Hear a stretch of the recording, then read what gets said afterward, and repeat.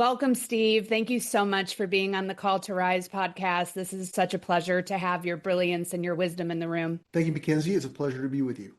I want to share your bio really quick to have the listeners understand your background and get excited for this episode. So, Steve McIntosh is a philosopher of nuosphere evolution, influenced by the philosophy of Alfred North Whitehead and Pierre Teilhard de Chardin. His work focuses on understanding intrinsic value and furthering the development of human culture. Writing in the emerging fields of developmental philosophy, McIntosh has authored 4 books: Developmental Politics, The Presence of the Infinite, Evolution's Purpose, and Integral Consciousness and the Future of Evolution. His fifth philosophy book, Truth Emerging, will be published by Orbis Books in 2026. Since 2013, McIntosh has served as co-founder and director of the Institute for Cultural Evolution, a nonprofit helping us to heal the political divide. So again, thank you so much, Steve, for being here with us. I'm sure we will have a very rich conversation.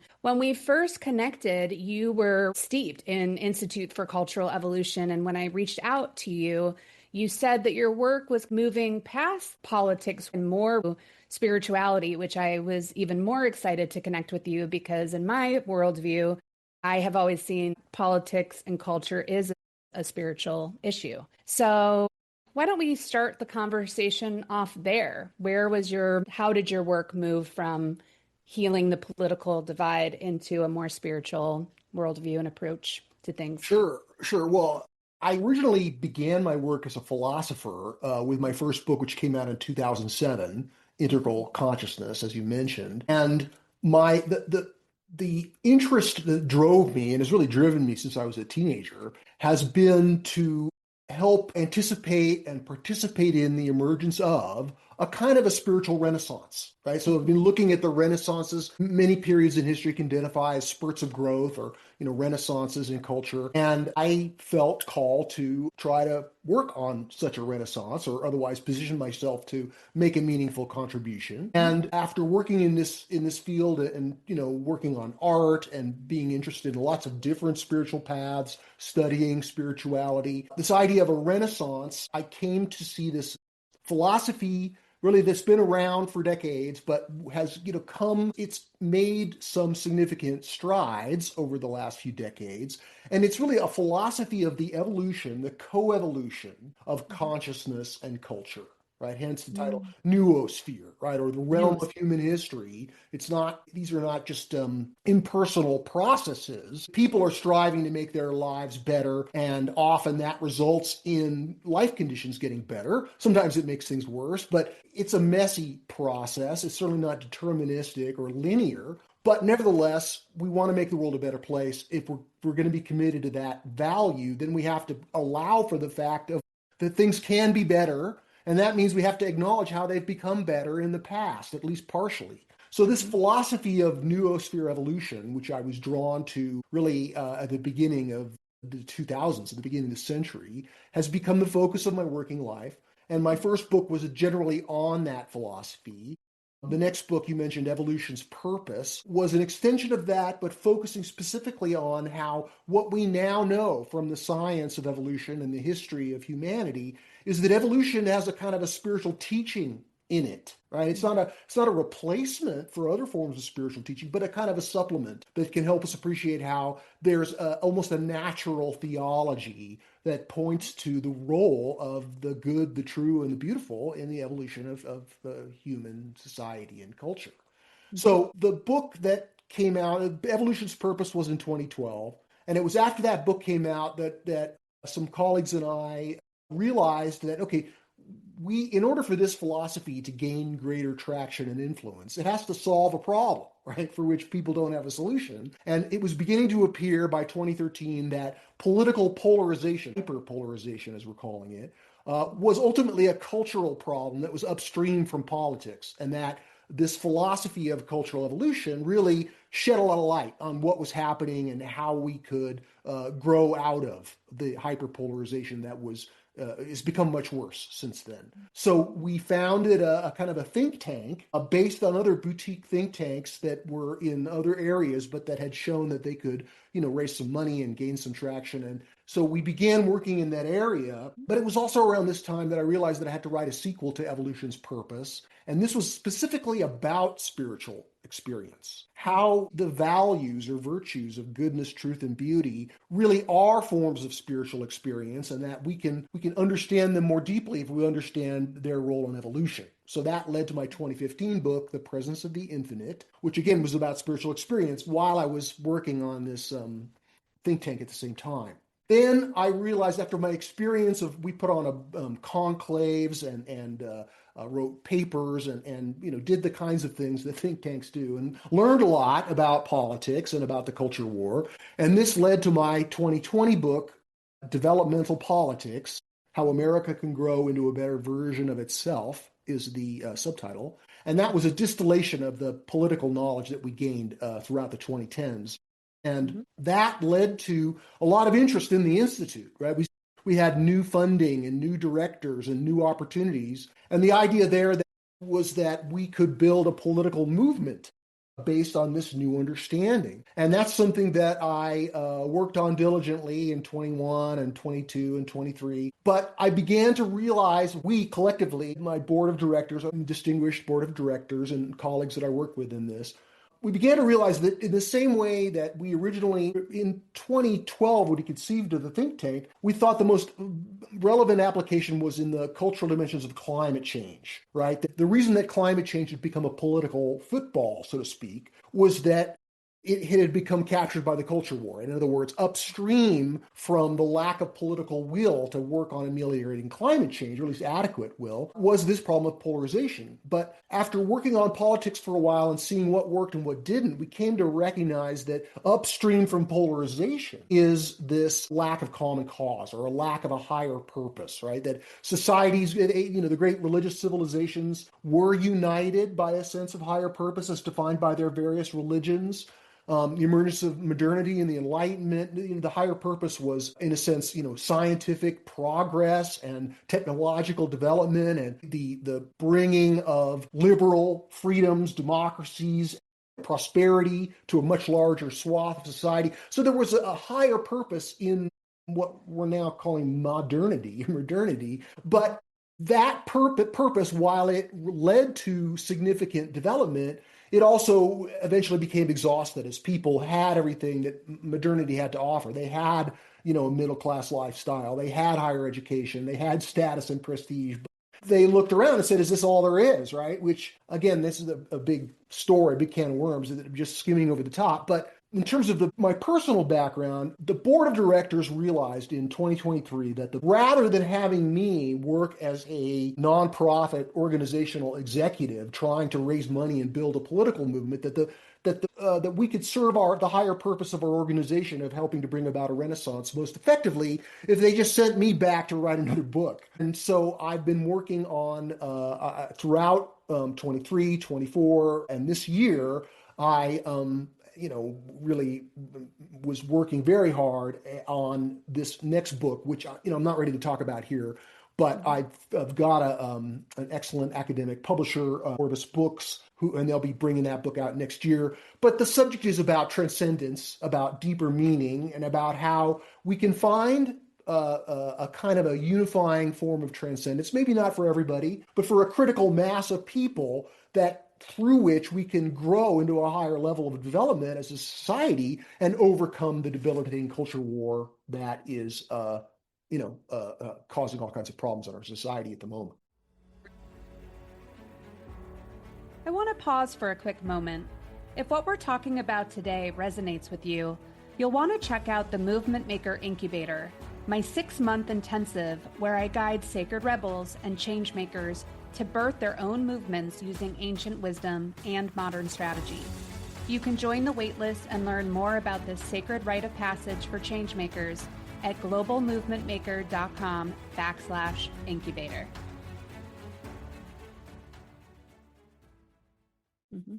Well, you are a wealth of information, as I knew you would be. So, you are delivering already. Thank you so much, Steve. And I agree with your board of directors. I think that you are meant to be speaking, and I think you are meant to be writing a book. And I'm excited to dive deep into your new book when it becomes available. There's so much that I could chew off of what you just said. I think I want to start with I would love to learn some of the learnings that you came out of with that think tank. Can you talk about the developmental politics and some of your greatest learnings that you had from there? And then maybe we can move then into the higher purpose, which obviously really resonates to me at a deep level with my movement making work that I do, working with people that are having that higher purpose and having us try to move back to the sacred and this post, modernity. Sure. Well, I mean, the learnings over, in this decade at least, have consisted of a refinement of our understanding of our, theoretical framing of cultural evolution itself. Right. So, I mean, when I talk about cultural evolution, it's the coevolution of human culture and consciousness and technology, all of their kind of, the societal structure, the external structures, interior collective structures, interior individual systems of understanding, systems of consciousness, that this has been a central part of this, what I'm calling developmental philosophy from the beginning. It's been a feature of all of my books. It's kind of one of the themes that ties them together. And that is this understanding of the big picture of historical development, on Earth. And this picture is in some ways tied to an understanding of cosmic evolution since the Big Bang. Evolution, we now know there's been, in a sense, three Big Bangs, right? The appearance of the universe 13.8 billion years ago, which eventuated in this gradual complexification known as cosmological evolution, the various generations of stars, at the macro level and solar systems and galaxies, and at the micro level, the development of the periodic table of elements as the atoms get more complex through cosmological evolution. At which point, about around 4 billion years ago or so, a kind of a second Big Bang occurs, and that is the appearance of another kind of evolution, a kind that builds on the accomplishments of cosmological evolution, but which evolves at a different rate and uses different methods of development, and that's, of course, biological evolution. And that complexifies once it gets kind of going with the Cambrian explosion and leads to the biological, phylogenetic tree of life. And then, of course, the third Big Bang, which part of the reason I can describe the emergence of humanity as a third Big Bang is that it inaugurates a new kind of evolution, which again builds on cosmological and biological. It couldn't occur without these first steps, but it evolves at a different time scale and occurs by different methods. So instead of natural selection, it's actual selection. People are trying to make their life conditions better. And for at least the last 50,000 years, humans have been doing that. And one of the things that ties all these different kinds of evolution together is what I'm calling the structure of emergence. The first emergence is the Big Bang, then there's a series of emergences, then the second Big Bang with life, series of something more keeps coming from something less, right? And it's not just one damn thing after another. This structure, the levels are integrated. They depend on each other, right? Evolution takes up and uses the accomplishments of what came before, but it creates something that didn't exist. And there's what Whitehead called the ingressions of novelty that occur throughout the course of history. So when we look at this structure of emergence, and we can see that it's in the periodic table, and we can see it's in the phylogenetic tree of life, we can also see something without conflating historical evolution to biological evolution. I'm not claiming it's a purely materialistic process, but there's still these steps of emergence whereby something more keeps coming from something less. And while there are many different lines and many different types of history and regressions and contingencies, I'm not trying to describe laws of history or deterministic forces. What I am saying is that, especially over the last several thousand years, we can observe significant events of emergence that are partially triggered by technological breakthroughs, but more directly, they're attributed by value systems, the emergence of worldviews, right? So we see the emergence of the great religions. At least one marker of a big turning point there is the 5th century BC. It's known as the Axial Age. These religions continue to evolve, each in their own line, of course, but they also show remarkable similarities in their development and their political systems and the way that their societies cohere. And then about 400 years ago, we see the beginnings of a next historically significant emergence in nuosphere evolution, which is the emergence of modernity, right? The Enlightenment and this fantastic outpouring of technology and knowledge and science and democracy. Now, of course, it's not just an upward escalator to the good. These new emergences, even though they bring something more, they also create new problems, right? New threats. Whatever the pathologies of these religious civilizations, these pre-modern civilizations, they never threatened to destroy the planet, right? Through destabilizing the climate or through nuclear proliferation, or they never created. These are kind of new problems that arise with these more developed levels of civilization. Now, as we look at noosphere evolution, of course, we're not stuck in the Enlightenment. Even though in the United States, the structure of it is still very much founded on Enlightenment principles, which we still revere. I mean, there are still these levels are interdependent in the sense that the accomplishments, just like all levels of evolution, the accomplishments of these traditional religious civilizations in civilizing people was a prerequisite to the emergence of this individualistic value frame of modernity, which again, as it's sort of taken almost as much progress as its values can deliver, the dissatisfaction with the limitations of that value frame, together with the accumulating pathologies of environmental degradation and the culture war, began, again, this is complex and nuanced, but just to give you the cartoon version of it, beginning in the 60s, we see the democratization of what we frame as this progressive postmodern worldview. It's pushing off against modernism. It's rejecting modernity and religion, the kind of the establishment that was the cultural truce between modernity and traditionalism after World War II, prior to the upheavals of the 60s. This new worldview emerges that may not be as accomplished or perhaps substantial as modernity or traditionalism, traditional religious worldviews. This new worldview has made a significant impact, especially in America and other places in the developed world, especially in the Anglophone world. This progressive postmodern worldview, it sort of defines its values by a kind of rejection of the pathologies of the establishment, as well as, at its best, it's moving from more of an ethnocentric or religious-centric or nationalistic morality to a world-centric morality where everybody counts. And this move of greater inclusivity leads to a kind of a value of atoning for the wrongs of history, of re-including and uplifting and even centering those who've been the victims of modernity, not just people or groups, but the environment as well. And so this has been a necessary move because modernity by itself is not sustainable. It's not sustainable culturally because it doesn't fulfill their needs for transcendence adequately, at least not for long. And it's also unsustainable environmentally. Right. But again, if we look at it from an evolutionary perspective, the idea that we could just wipe it away or go back to some, a romanticized vision of an agricultural society,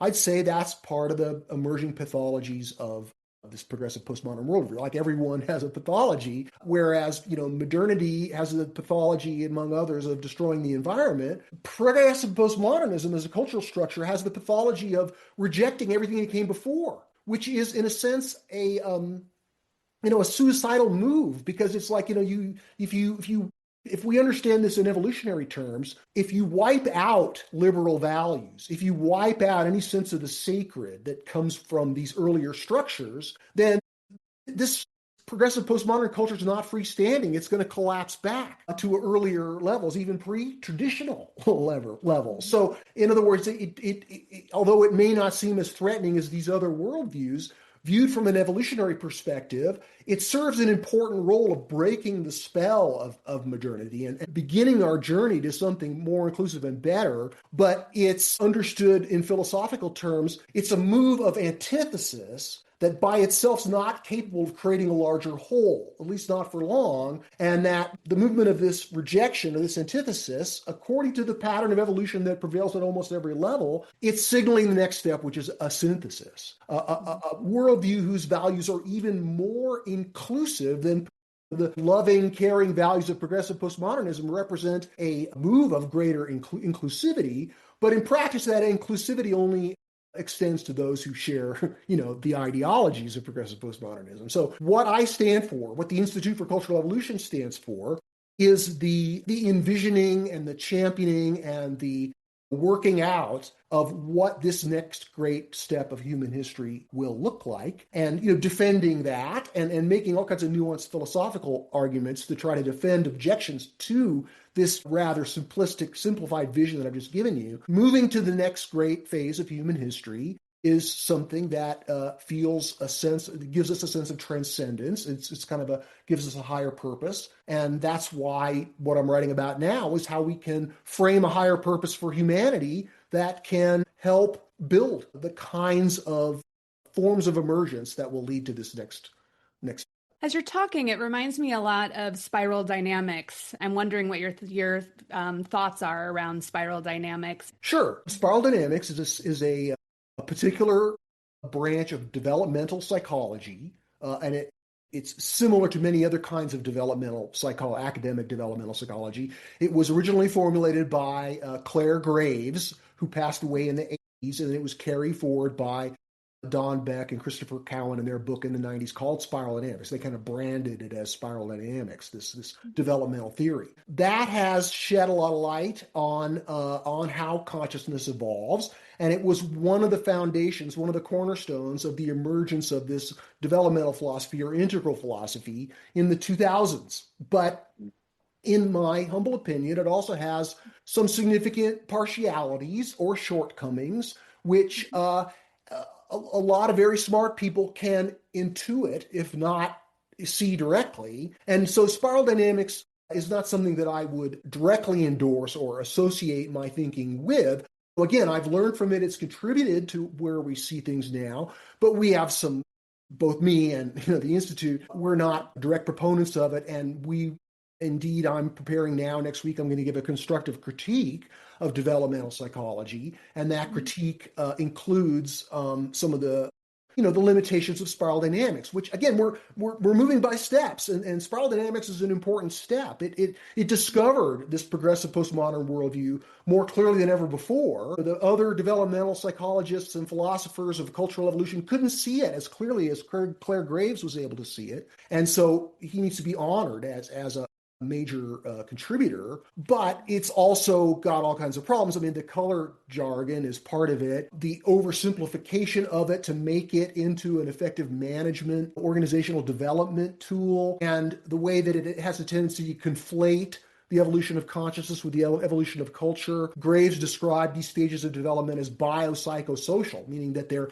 stages are sort of pre-existent, or they're being imposed from kind of outside of consciousness and culture. And again, the differences that I have with spiral dynamics, or my critique of it, is not something that I mean, we'd have to spend the entire hour just talking about that for me to really bring those out in a way that we're convincing either to people who have embraced spiral dynamics and don't see what the partialities of it, or people who've rejected spiral dynamics because of those very partialities. So, I want to honor it, but not endorse it directly. You have definitely piqued my interest because I'm always pointing to spiral dynamics. And so that will be helpful for me to dive deeper. I want to talk a little bit about, from a movement making perspective, I'm wondering with nuosphere, is that how you pronounce it? Yeah, there's some people pronounce it noosphere, but the scholars of Teilhard de Chardin pronounce it nuosphere, so I go with their pronunciation. Nuosphere. Okay, wonderful. Can you talk a little bit about how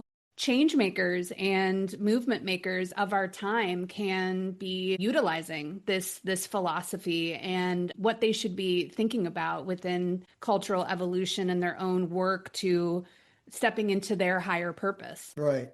Well, there's a lot of ways to come at that question. The first one I'll say is that movement makers can employ this philosophy to forward their work most effectively by using it to see their own worldview. right? That is everybody, it's hard to, nobody can kind of float freely unless you're completely checked out and don't care about anything. If you have values, then it's almost certain that those values connect with one or more worldviews. And even though you may use different worldviews or different value sets in different circumstances, almost everyone has a cultural center of gravity that's grounded in one of these major cultural structures. And so the cliche, right, from Gandhi is that we must become the change we want to see.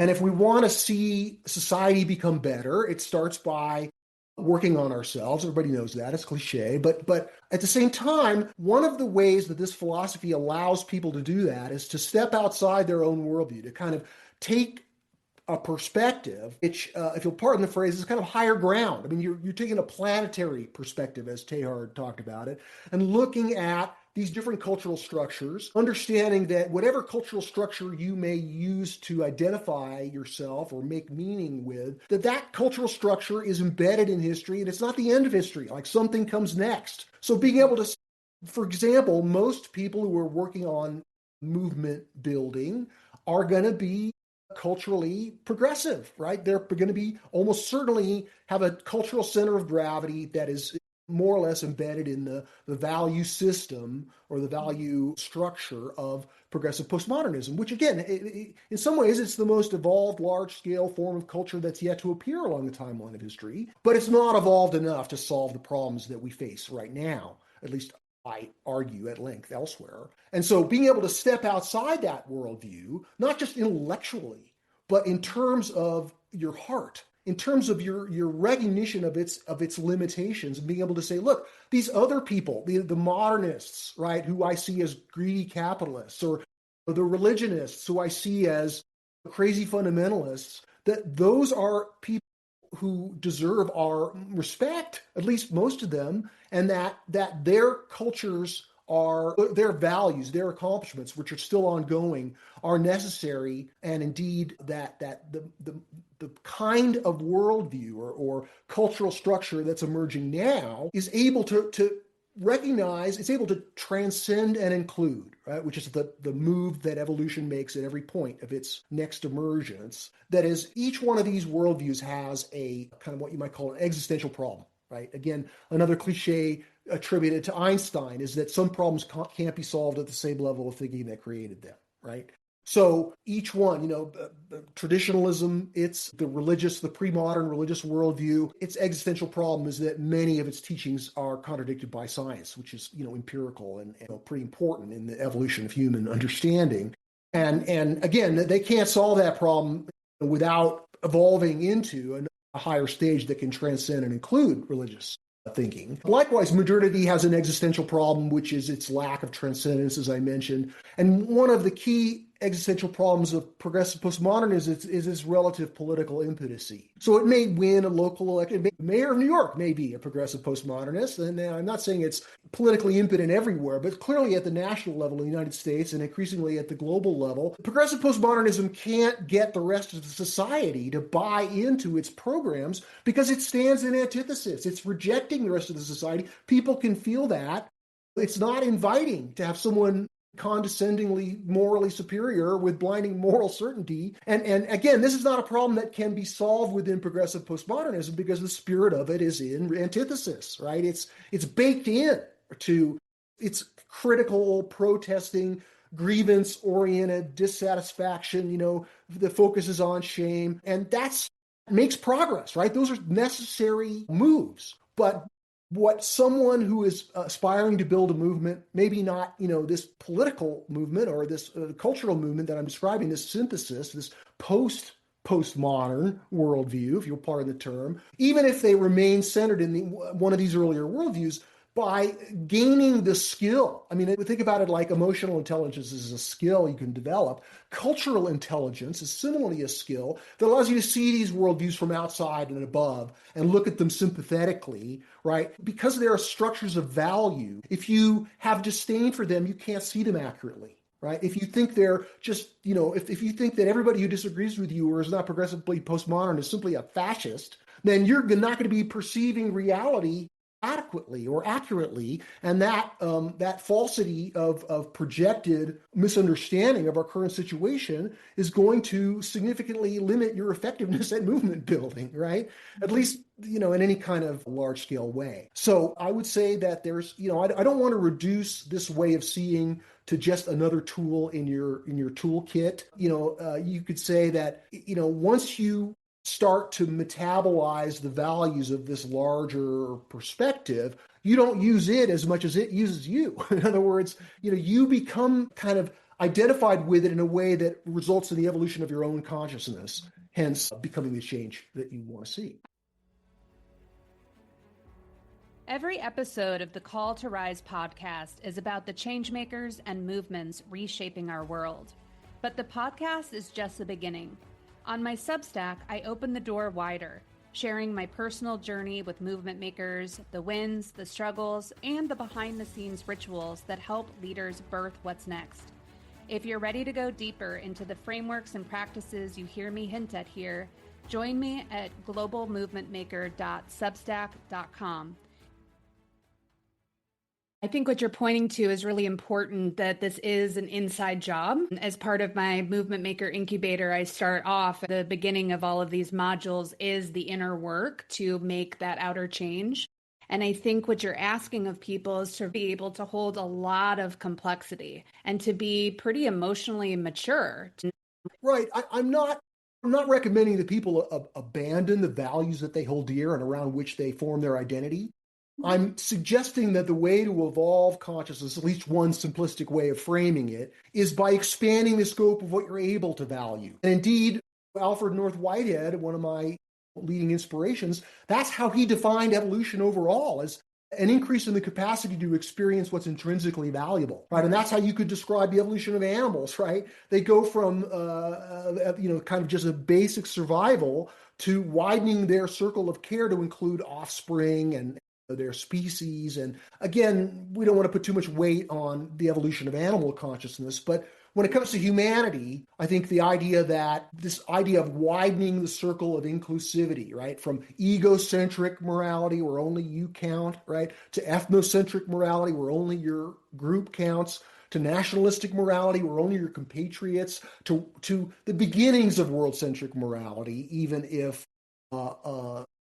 incompletely, manifested in progressivism. These clearly are an expansion of those who are valuable, and hence an expansion of those who are worthy. It constitutes a significant, way of assessing the authentic evolution of consciousness. And so this is ultimately what this is about. But consciousness, there's all kinds of ways that people can evolve their consciousness, right? There's your knowledge, right? There's your different kinds of intelligence, emotional intelligence. I mentioned that. There's character development, right? How virtuous you are, how responsible you are, how caring. So I'm not trying to reduce the evolution of consciousness to these cultural structures, but these cultural structures are indispensable. And while we could have a great saint or sage who grew up in a very undeveloped social situation, we nevertheless, for the average of humanity, participating in these cultural structures provides a kind of ladder of their own growth. Not necessarily a linear, again, we have to talk about it sequentially, which invokes a timeline, which necessarily suggests a line, but that's an oversimplification. So I'm trying to communicate it. I have to kind of use these analogies, but we take great pains to avoid a simple linear progression in the structures of history. Absolutely. As you mentioned or alluded to before, that a lot of movement makers are going to be more on that progressive side, which makes a lot of sense. And so I'd love to hear from you on that widening of the worldview, widening the scope. What do you see as some of the more traditional, more conservative views that should be, more thought about as we try to make progress? Which ones are we missing that we need to be respecting more? Traditional values in some ways are of a piece. Can't just kind of, it's not like smorgasbord, but, and so it starts with respect for the wisdom of traditional consciousness. It's like respect for your grandparents. You may not agree with them politically or even culturally, but the idea that they're complete idiots, right? That's a mistake. And so I can name some of these values that are usually associated with traditionalism, not exclusive to traditionalism, but loyalty, respect for rightful authority, an important willingness to sacrifice oneself for the sake of the interests of the larger group, reverence toward the family and toward the wisdom of traditional religious teachings. If you look at, for example, the Catholic Church has a canon of virtues which they teach, and it's a combination of the ancient Greek virtues and then early Christian virtues. Includes courage and self-discipline and practical wisdom and justice, and includes love and faith and hope.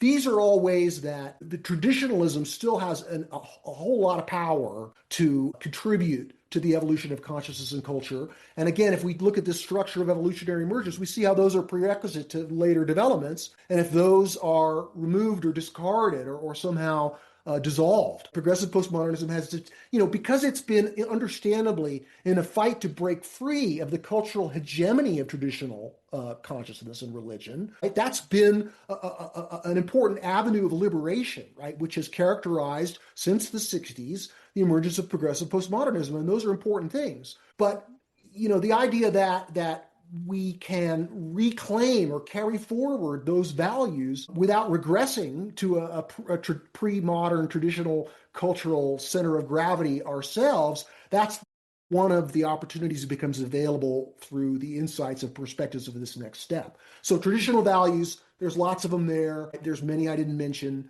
but they're really important for, raising kids and civilizing the society. I really like how you talk about the importance of looking back and that respect piece. I think that that's so important.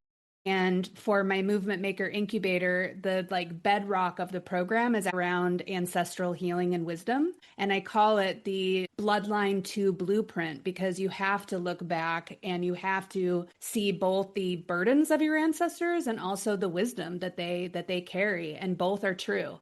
And so I think what you're speaking to is really important and really beautiful. Thanks. Yeah, absolutely.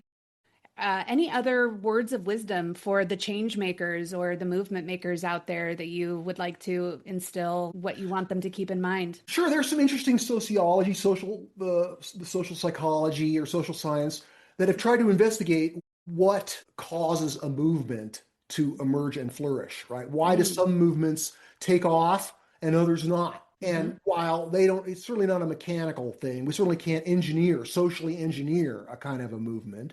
But they have noticed some things which I think are worth mentioning. And a lot of them come down to a sense of collective transcendence or deeper meaning, right? In other words, the most powerful kinds of social movements occur when people feel a sense of loyalty to their group or their fellows or people like them, especially around a kind of a harm. In other words, if there's an external threat, and there's an inner solidarity, that can act as almost like a circuit for the energy. If we think of value as transcendence, like a form of energy, then you can energize or empower a movement when you can connect to the circuit and let this flow of a sense of deeper meaning be imbued in the group and connected to an activity, maybe a protest or a kind of service or something that the people who want to identify the group can participate in that is in a sense gives them a greater feeling of solidarity with the people that they identify with and fulfills their deep-seated needs for transcendence. This is a basic human need.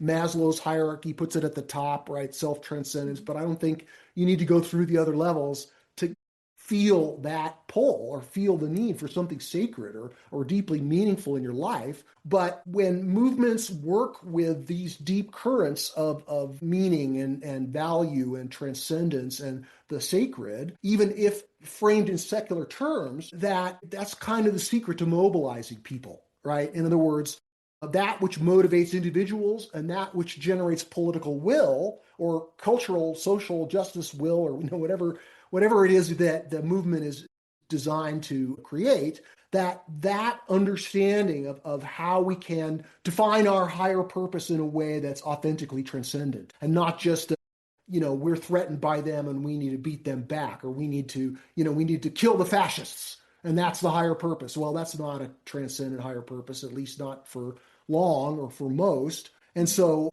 building your movement, I mean, we see this in Egypt, right? There was during the Arab Spring, there was solidarity among the Egyptians to get rid of Mubarak, their dictator. And they were completely unified by that. But once that occurred, the Muslim Brotherhood took over, and then they had to have another coup, and they're back to where they started. So if all you're focused on is what's wrong, then your movement is not going to be founded on solid ground. But if you're also connecting what's wrong with what could be better and what's authentically transcendent, a deeply good, true, and or beautiful way, then your opportunity to tap into the kind of value energy that moves people and creates effective social movements will obviously be more effective. Oh, that was so rich. And I couldn't agree more. In my incubator program, I have people listen to Martin Luther King's I Have a Dream speech, because he's not saying I have a plan, or he's not saying all of the things that are wrong with the world. He's actually giving someone a dream. More importantly, I'm glad you bring up King, because he's such an exemplar, because even though he's a hero of progressivism and one of the avatars of the civil rights movement and the progressive postmodern worldview in general, he has not made the mistake of many contemporary progressive postmodernists in that he called on the best of America to be better instead of condemning them as irredeemable, right? Or Nazis or something. He spoke to people because he loved them, and because he was very much, he had traditional values. He had a deep Christian faith. And he was also, a very smart guy who was kind of tapped into government. So he had, traditional modernist and emerging postmodern values under his belt. And in some ways, that integration of those values are what made him a great person in history. To your point, he could have led with a lot of hate, but it was just pure love. And I also wanted to touch upon when you were talking about building a movement. I think the biggest part of building a movement is getting into that heart-centered place. I go in and I talk to a lot of businesses where it's bottom line profit, not thinking about the future, where my whole argument is, okay, we need to be done with business as usual and actually start thinking about movement building, because that is the place of the heart. That is the place where, as you say, is really building true belonging and energizing community behind your sacred why of why you're doing this, having them step into the dream. And then also it's thinking about legacy. What are you building, and what is that going to contribute 500,000 years from now? Speaking of cultural evolution. I think I would just add that there's also an element of grace. Emergence is unpredictable. Again, you can't socially engineer it. So why some movements succeed and some movements don't, part of that is mysterious. I think that kind of stepping back and saying, this is not entirely rational. There's something bigger going on here. And, again, this call to integration certainly starts with the heart. It starts with the sacred why, as you mentioned. But also, we don't want to vilify strategic business, modernist consciousness. It's not all wrong. It's just something we need to include as we transcend to, hopefully a more inclusive and developed level. Absolutely. I mean, I think that there'll always be businesses, but I think that inviting that movement building energy is something that I think is missing and is really important that we need to be. And this time in history, the key is to not fall for the kind of the junk food of hate. Political hate is not an effective strategy for movement building, at least I would argue. I mean, maybe you could point to some counterexamples, but I would say that if you care about what's true and good and beautiful, then you're not going to use hate as the basis of your social work. I love that. And I think I want to end on, you brought up the good, the true, and the beautiful. That's a great point to end on. And the last thing I wanted to talk about was the omega point. Can you talk about the omega point? I was doing a little research on that, which is the goal of evolution. And I'm wondering where movement building can help bring us to the omega point. Sure. Well, the omega point is an idea that was forwarded by, you mentioned him at the beginning, Pierre Teilhard de Chardin, the famous French philosopher of evolution, who died in 1955, but whose legacy continues. And Teilhard posited that there was the beginning of history and then there's the end of history, or the evolution of the universe. And at the end of the evolutionary universe, he calls an omega point at which all potentials are sort of actualized, and people, in a sense, he had a Christian frame on it. So it was like he called it Christogenesis, or the becoming of Christ consciousness to the universe. It's a big, woolly topic that I'm not good enough to be able to summarize adequately. But the idea that there is an endpoint that we're moving toward, and not just an endpoint theoretically, but it's a tractor, that the omega point is attracting, luring humans to try to make the world a better place through the good, the true, and the beautiful, at least as I interpret it. And that this isn't just some future posited endpoint. The omega, is kind of mystical in the sense that it's here now. It's embedded within every atom, right? The end is here. It's ever present. The origin and the destiny is ever present.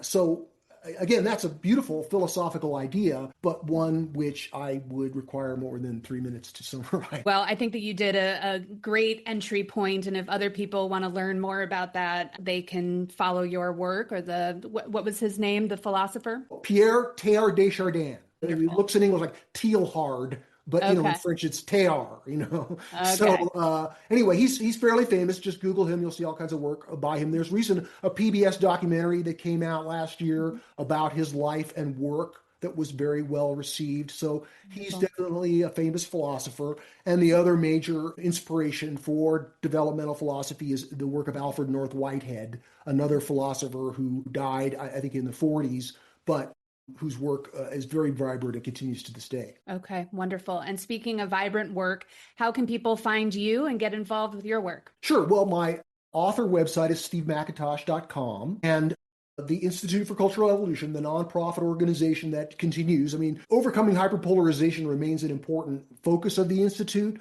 But as I mentioned, now we've pivoted to embrace developmental philosophy, making that more influential and more visible, helping it have the impact that it promises to make on solving our problems and helping us, at least some of them, helping us grow into a better version of ourselves. That's the focus of the Institute, and we're still in the process of getting that worked out in preparation for the launch of my book next year. And so that's at culturalevolution.org is the URL for that. You can also see our YouTube channel, Developmental Philosophy, and my X, which is at Culture Develops. Thank you again, Steve. I'm so glad that I nudged you and invited you onto the podcast. You did not disappoint, and thank you for sharing your knowledge and wisdom. It's so needed right now. It's a pleasure to be with you, Mackenzie. Best wishes for your work.